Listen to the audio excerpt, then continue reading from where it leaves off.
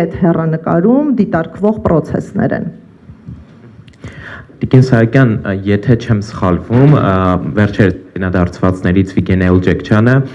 դատապարտվել էր 20 տարվա ազատազրկման։ Այդ դեպքում գործընթացը ինչպես է տեղի ունեցել, այսինքն օրինակ ներում է շնորհվել, ինչ է տեղի ունեցել, եթե չկա նաև այստեղ Հայաստանում պատիժը, հա, ինչպես նշեցիք, շարունակաբար կրելու այդ հանգամանքը, եւ ինչպես է գործընթացը, հա, կազմակերպվում այս դեպքում եւ արդյոք Արցախի ռազմաքաղաքական ղեկավարության հնարավոր հայրենադարձումը այս ձևաչափով հնարավոր համարում եք եւ կխնդրեմ նաեւ հստակեցնեք Ռուբեն Վարդանյանի հետ կապված այդ սահմանափակումների մասին, որ նշեցիք, ինչ սահմանափակումներ են դրանք եւ ինչով են պայմանավորված։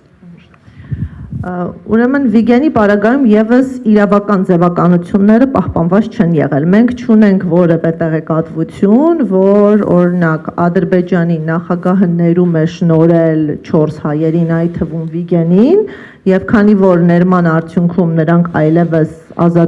անազատության մեջ պահվող անձինք չէին, նրանք վերադարձել են հայրենի կամ նրանց հանձնել են Հայաստանի Հանրապետությանը կամ քաղաքացիության երկրին։ Մենք ունենք ընդհանրապես ձեռք բերված պայմանավորվածություններ, որոնք հայտնի են դարձել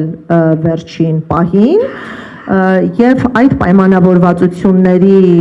կյանքի կոչումը եղել է արտաիրավական ճանապարհով։ Այդ պայմանավորվածությունը իրացնելու համար երկու պետությունները ժամանակ եւ էներգիա չեն ցանկացել ծախսել իրավական ձևականությունները պահպանելու նպատակով։ Եվ սա կարծում եմ իրական է ինչպես հայերի վերադարձի պարագայում, այնպես էլ վարձկանների Սիրիայի իշխանություններին հանձնելու պարագայում։ Հիմա հիմա անդրադառնամ արդեն ձեր երկրորդ հարցին,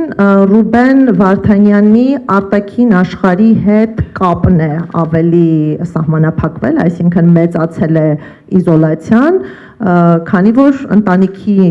հետ զանգերի թվաքանակը նվազել է, այսինքն օրինակ 4 զանգի փոխարեն 2 զանգի հնարավորություն է տրվել նույն ժամանակահատվածում։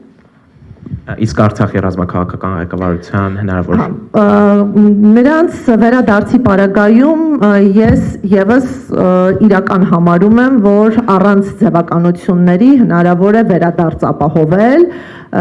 եւ մենք ունեցել ենք նաեւ տենց հետաքրքիր դեպք, երբ ռազմագերին Հայաստան է վերադարձվել ընթացող դատավարության շրջանակներում, այսինքն դատարանում ունի ամբաստանյալի կարգավիճակ, պայմանավորվածությունը ձեռք է բերվել, նա ազատ է արձակվել եւ հաջորդիվ նիստի ընթացքում դատարանը հայտնել է, որ քանի որ ամբաստանյալը գտնվում է Ադրբեջանի սահմաններից դուրս, ուստի պետք է կարճել այդ վարույթը, այսինքն սեփական կամքով գործողություններով իշխանությունը ամբաստանյալին տվել է մեկ այլ երկրի եւ հետո այդ հիմքով արդարացրել է, թե ինչու դատական process-ը իր բնականon ճանապարհով չպետք է եզրափակվի։ Քաղաքական պայմանավորվածությունը դոմինանտություն է ձեռք բերել իրավական լուծմանը։ Մենք պետք է արձանագրենք, որ այս փուլում ունենք նման տենդենսներ։ Տիկին Սահակյան